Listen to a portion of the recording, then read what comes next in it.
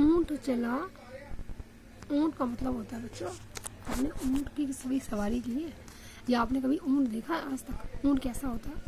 एक बहुत बड़ा जानवर। आप देखो आपकी बुक के अंदर ऊंट की फोटो बनी हुई है, ठीक है। बहुत ऊंचा, भूरे रंग का, छोटी आंखों वाला, और देखो 4 इसकी टांगे हैं, ठीक है। ये इसके ऊपर बना हुआ है। ये बहुत ही बड़ा जानवर है और इसकी एक पूंछ भी है। अगर ये एक हफ्ते थोड़ा पानी पी लेता है तो एक ही हफ्ते तक उसे प्यास नहीं लगती, मतलब बिना पानी के भी रह लेता है, बिना पानी के भी रह लेता है। और इसका एक और नाम भी है, रेगिस्तान का जहाज, क्योंकि ये रेत में चलता है।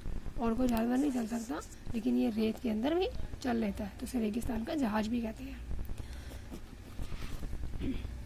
ऊंट चला भाई ऊंट चला, हिलता डुलता ऊंट चला, इतना ऊंचा ऊंट चला, ऊंट चला भाई ऊंट चला। मतलब कि ऊंट कैसे चलता है? ऊंट चला मतलब ऊंट चलता है हिलता डुलता, बहुत ही मटक मटक कर हिल कर ऊंट चलता है। बहुत ही ऊंचा होता है ये और बहुत ही बड़ा। ऊंची गर्दन ऊंची पीठ, पीठ उठाए ऊंट चला। ऊंची गर्दन, देखो इसकी गर्दन कितनी ऊंची है, ये गर्दन उठा कर चलता है क्योंकि इसकी गर्दन ऊंची है। ऊंची पीठ, देखो उसकी पीठ भी ऊंची है, पीठ उठाए ऊंट चला।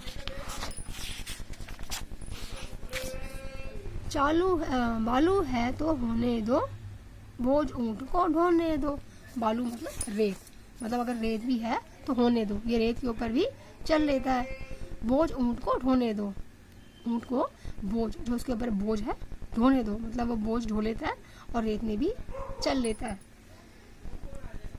नहीं फंसेगा बालू में भी ऊंट चला। वो बालू में फंसता नहीं है, मतलब इसके पैर बालू में नहीं फंसते। शायद आपने ऊंट कभी देखा हो या कभी ऊंट की सवारी की हो। जब थक कर बैठेगा ऊंट, किस करवट बैठेगा ऊंट।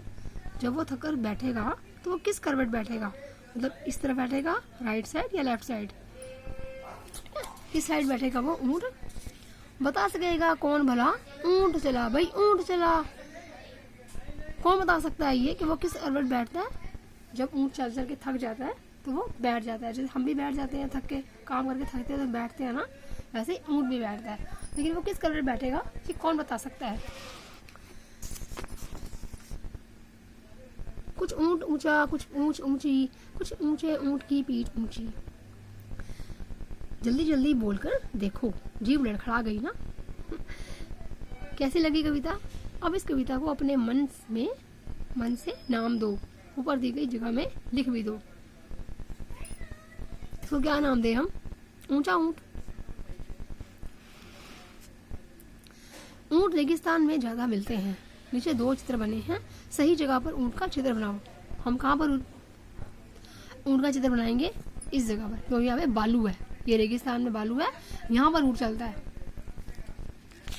बालू और रेत कहाँ कहाँ पर मिलती है? यहाँ पर रेगिस्तान में। ऊंट कितना ऊंचा? तुम्हारी कक्षा की दीवार जितना, हाथी जितना, या बिजली के खंभे जितना? नहीं, कक्षा की दीवार तो बहुत ऊंची है और बिजली का खंभा भी बहुत ऊंचा है, तो हाथी जितना। हाथी कितना मोटा? तुम्हारी माँ के संदूक जितना, या ऊंट जितना, या पहाड़ जितना? नहीं, तुम्हारी माँ के संदूक जितना। जितना बड़ा संदूक होता है मेरी मम्मी के, माँ के संदूक होते हैं बच्चों, उतना मोटा। चींटी कितनी छोटी? चीनी के दाने जितनी, चावल के दाने जितनी, या इलायची के दाने जितनी? चीनी के दाने जितनी। अब चीनी खाते हो ना, अब चीनी के दाना कितना होता है? वो छोटा सा होता है, तो चींटी भी उतनी छोटी सी होती है। ऊंट से ऊंची चीजों के नाम पर गोला लगाओ। बछिया ऊंट से ऊंची है? नहीं, बछिया मतलब गाय का बच्चा, वो तो ऊंट से छोटा होता है। बिजली का खंभा, हाँ यह है ऊंट से ऊंचा है। आम का पेड़ भी ऊंट से ऊंचा है। तुम्हारी कक्षा की छत, ये भी ऊंट से ऊंची है। और हाथी नहीं, हाथी ऊंट से ऊंचा नहीं है। ऊंट के नीचे से क्या क्या निकल सकता है? बच्चों ऊंट तो बहुत ऊंचा है, तो उसके नीचे से कौन कौन से जानवर निकल सकते हैं? बकरी निकल सकती है, कुत्ता निकल सकता है, बिल्ली निकल सकती है, भेड़ निकल सकती है। किन किन चीजों को की मदद से ऊंट पर चढ़ोगे? हम किन किन चीजों की मदद से ऊंट पर चढ़ोगे? ऊँट ऊंचा होता है तो हमें उसके लिए सीढ़ी चाहिए या रस्सी चाहिए, या फिर ऊँट को बिठाकर हम उसके ऊपर चढ़ सकते हैं। तो ऐसी चीज़ चाहिए जिसको तो रस्सी की सीढ़ी बनी है उसके ऊपर लगा दी जाए, या वैसे सीढ़ी खड़ी करके हम उसके ऊपर चढ़ सकते हैं। बताओ ये सब क्या उठाकर चलेंगे? हाथी। हाथी क्या उठाकर चलेगा? हाथी के पास ऐसा क्या है जो वो उठाकर चले? जिसके पास जो होता है वो वही लेकर चलता है। तो हाथी के पास क्या है? हाथी के पास सूंड है। सूंड वो उठाकर चलता है। पूंछ वो भी उठा सकता है, या कान, कान उसके पास कान है, वो उठाकर चलता है। टीचर जी, टीचर जी मीन्स आपकी मैडम जैसी हैं, वो क्या उठाकर चलेंगी? उनके हाथ में क्या हो सकता है? पर्स हो सकता है, या किताबें तो होंगी, पेन होंगे ना, पेन होंगे उनके पास,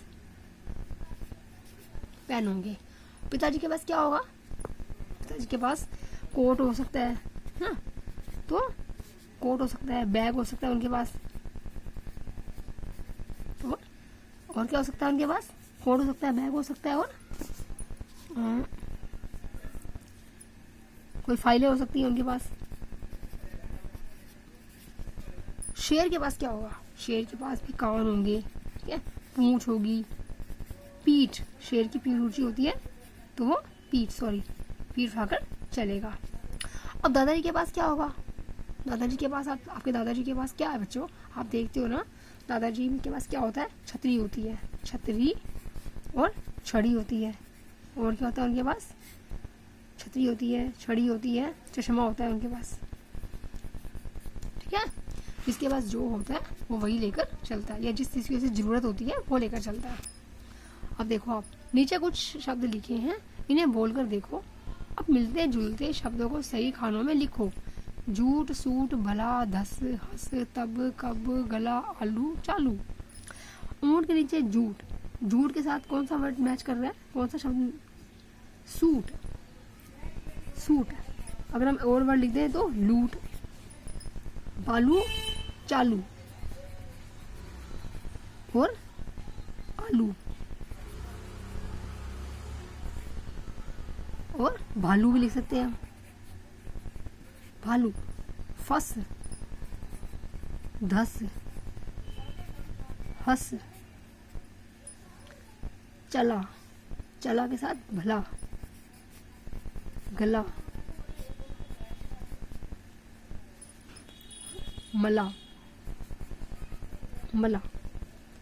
जब, तब और कब, तब और कब, और अब भी लिख सकते हैं हम। तो ये सब इनके मिलते जुलते शब्द लिख दिए, और हमने एक और खाना को खाली था वो भी भर दिया, ठीक है। ऐसे ही और शब्द सोच कर लिखो जो आपसे हमने ये शब्द सुनकर लिखे हैं, ठीक है। कविता में ब से शुरू होने वाले शब्द कौन कौन से हैं, उनके नीचे रेखा खींचो। ब से शब्द कविता में, ब से कौन से शब्द है बच्चों? देखते हैं। बालू, बोझ, और बैठेगा, बता। ये 4 वर्ड आपके बच्चों बा से शुरू होने वाले। तुम्हारा नाम किस अक्षर से शुरू होता है? बस उस अक्षर से 4 शब्द और लिखो।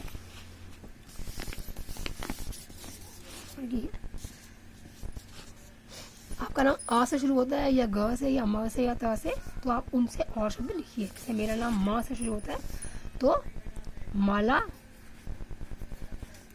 मार, माँ, माल, मान। बहुत से जानवरों को बोझा ढोने के लिए इस्तेमाल किया जाता है। क्या तुम्हें यह ठीक लगता है? क्यों नहीं? तुम्हारे आसपास कौन कौन बोझ उठाते हैं? हाथी उठाता है, कैमल उठाता है, गाय उठाती है, गधा उठाता है।